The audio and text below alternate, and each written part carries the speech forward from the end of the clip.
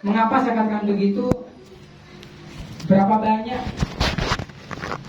terjadi kesenjangan sosial kita tidak berbicara Pasuruan, ya, kita tidak berbicara Indonesia tapi Pasuruan. Bagaimana kemarin ditemukan kejadian yang luar biasa, ditemukan anak kecil yang masih baru keluar ya dari perut ibunya, ditemukan di belakang bulog. Ternyata anak itu hasil dari hubungan di luar nikah. Baru-baru ini, 1 minggu yang lalu. Kemudian 3 hari yang lalu ada terjadi di daerah Kabupaten Pasuruan. Itu seorang ayah berbuat asusila kepada anaknya sendiri. Dan banyak-banyak lagi yang lainnya. Ini apa? Karena konsep sistem syariat Islam tidak ada di hati mereka. Ku anfusakum wa ahlikum naro. Jagalah dirimu dan keluargamu dari apa? Dari kobaran api neraka. Kita tidak bisa mampu menjaga anak-anak kita, keluarga-keluarga kita, kalau kita tidak dimampukan oleh Allah untuk apa? Untuk terus berdekat kepada Allah. Jadi jangan berharap Bapak Ibu, anak-anak kita menjadi anak-anak yang solih dan solihah kalau kita tidak solih. Itu kuncinya. Bagaimana sekarang ada orang tua berkarakter seloter. Tahu seloter Pak? Tahu seloter? Informasi sat-sat. Nah, Masya Allah. Astagfirullah wa na'udzubillah. Astagfirullah wa na'udzubillah. Bagaimana orang tua abai kepada anaknya gara-gara apa? Mereka sudah terbuai, lalai dengan game online. Tidak hanya anak kecil, saya katakan seperti itu ya. Tidak ada anak kecil sekarang itu, sudah merambah ke orang dewasa, bahkan bapak-bapak. Betul Pak? Betul Pak? Betul sekali. Betul sekali, karena sudah mewabah ini Bapak Ibu. Ini sangat resah sekali. Kita berharap anak-anak kita menjadi anak yang solih, tapi kita tidak solih. Ini perlu renungan. Ku anfusakum dulu ya. Jaga diri kita dulu. Menjaga apa? Terutama menjaga tauhid. Kita menginginkan anak-anak kita menjadi anak-anak yang rajin sholat, tapi ternyata kita tidak sholat. Atau mungkin kita sholatnya nol, podol bisa. Ya. Atau kadang-kadang kita azan hanya sebagai apa ya? Ada didengar saja. Mungkin Pak ya, ketika kita update status, kita akan marah ketika status kita tidak ditanggapi.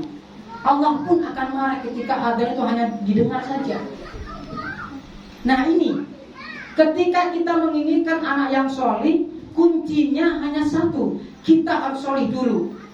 Bapak sebagai imam memberikan informasi keilmuan tentang bagaimana Allah ini menciptakan kita, bagaimana Allah ini memberikan kita rizki.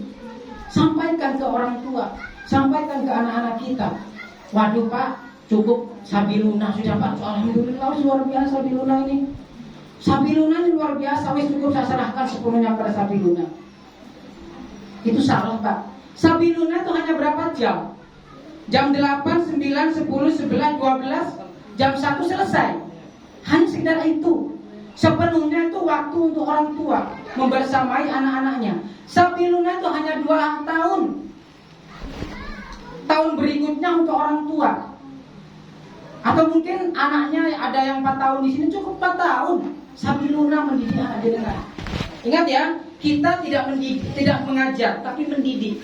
Beda dengan mengajar. Mengajar, anak keluar sudah bisa membaca A, B, C, D sampai Z. Sudah bisa membaca nama orang tuanya, sudah bisa membaca berapa kalimat. Bukan itu. Tapi bagaimana anak keluar dari Sabiluna menjadi anak-anak yang apa?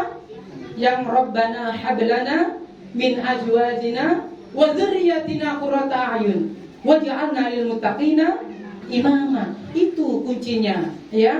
Tidak hanya jenengan berharap anak-anak bisa berhitung. Pasti itu. Karena itu pasti anak bisa berhitung. Pasti anak bisa membaca, karena Allah sudah memberikan potensi itu.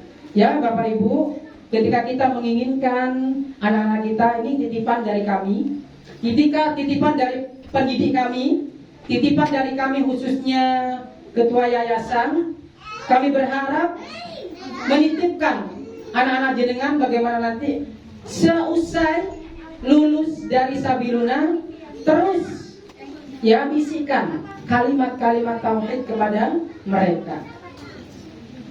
Hadis-hadis yang sudah diberikan di silabus terus ya, tidak hanya dibacakan tapi dipraktikkan. Uswatun hasanah. Jadi ketika jenengan menginginkan anak-anak itu makan tidak sambil berdiri, ya harus hafal kemudian dipraktikkan. La yashrabanna ahadukum qa'iman. Jangan lihat kalian minum sambil berdiri. Ketika orang tua minum sambil berdiri, pasti anak-anak minum sambil berlari.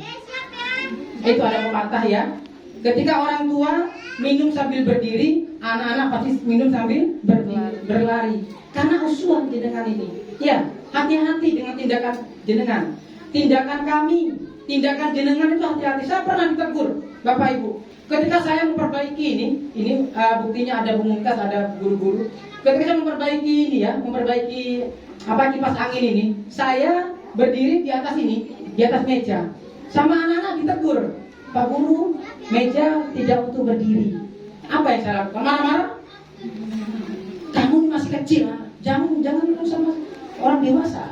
Apa itu yang kita lakukan? Tidak. Kita minta maaf, ya maaf, Pak Guru hilaf. Jenengan juga begitu. Ketika melakukan hal yang salah, jangan malah marah-marah. Apalagi anak kecil kamu ini, jangan. Ketika jenengan ditegur oleh anak-anak, bersyukur. Berarti sukses anak kalian, anak jenengan. Sukses. Ketika ditegur, Masya Allah, astagfirullah, mohon maaf aku. Jangan pernah bosan meminta maaf kepada anak. Jangan, ya. Jangan pernah bosan meminta maaf kepada anak. Jadi kata maaf adalah kata yang senjata yang luar biasa untuk mendidik karakter anak. Jadi untuk itu kita memang harus hati-hati dalam bersikap. Ya, merokok mungkin bapak-bapak, saya yakin ini tidak ada yang merokok bapak-bapak ya. Ketika merokok di depan anak, merokok silakan, itu kan hak ya, hak pribadi, tapi jauh dari anak. Karena kita adalah pondasi utama untuk anak. Pondasi Pak ya, bayangkan ya, pondasi. Ketika bangunan pondasi sebagus apapun bangunan, kalau pondasinya itu rusak, lemah, apa yang terjadi? Roboh. Orang tua adalah pondasi bagi anak. Ketika orang tua itu lemah apa? Lemah agamanya, lemah akidahnya, lemah ekonominya mungkin, maka anak akan menjadi anak yang lemah pula. Ketika menjadi anak yang lemah, apa yang terjadi? Akan berdampak kepada kita. Tidak hanya kepada kita, kepada lingkungan kita. Tidak hanya kepada lingkungan kita, kepada negara kita pastinya. Jadi untuk itu mari kita terus bekerja sama, ya.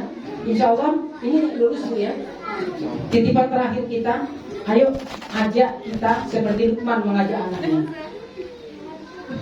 Bagaimana tahu Luqman mengajak anaknya Pak?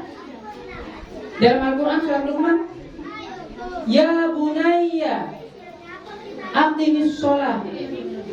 Wahai anakku, ayo laksanakan sholat.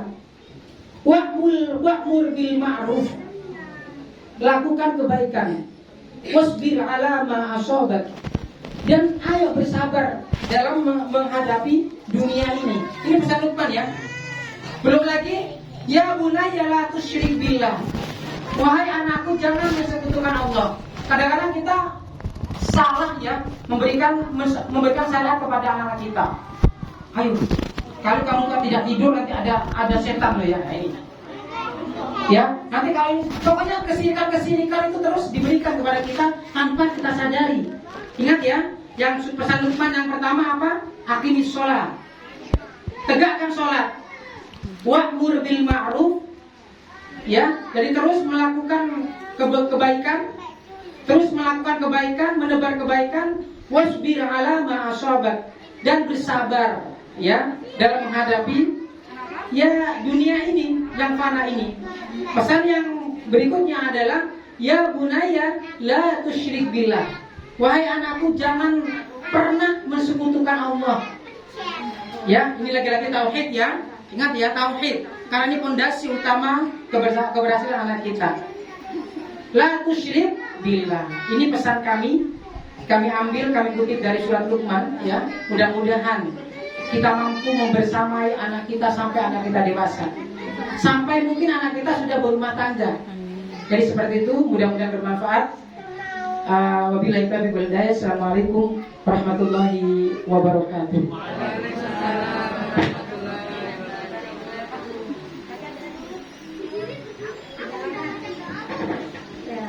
Yang disampaikan Pak Sugeng bahwa fondasi pertamanya anak-anak adalah orang tua, bukan hanya ibu yang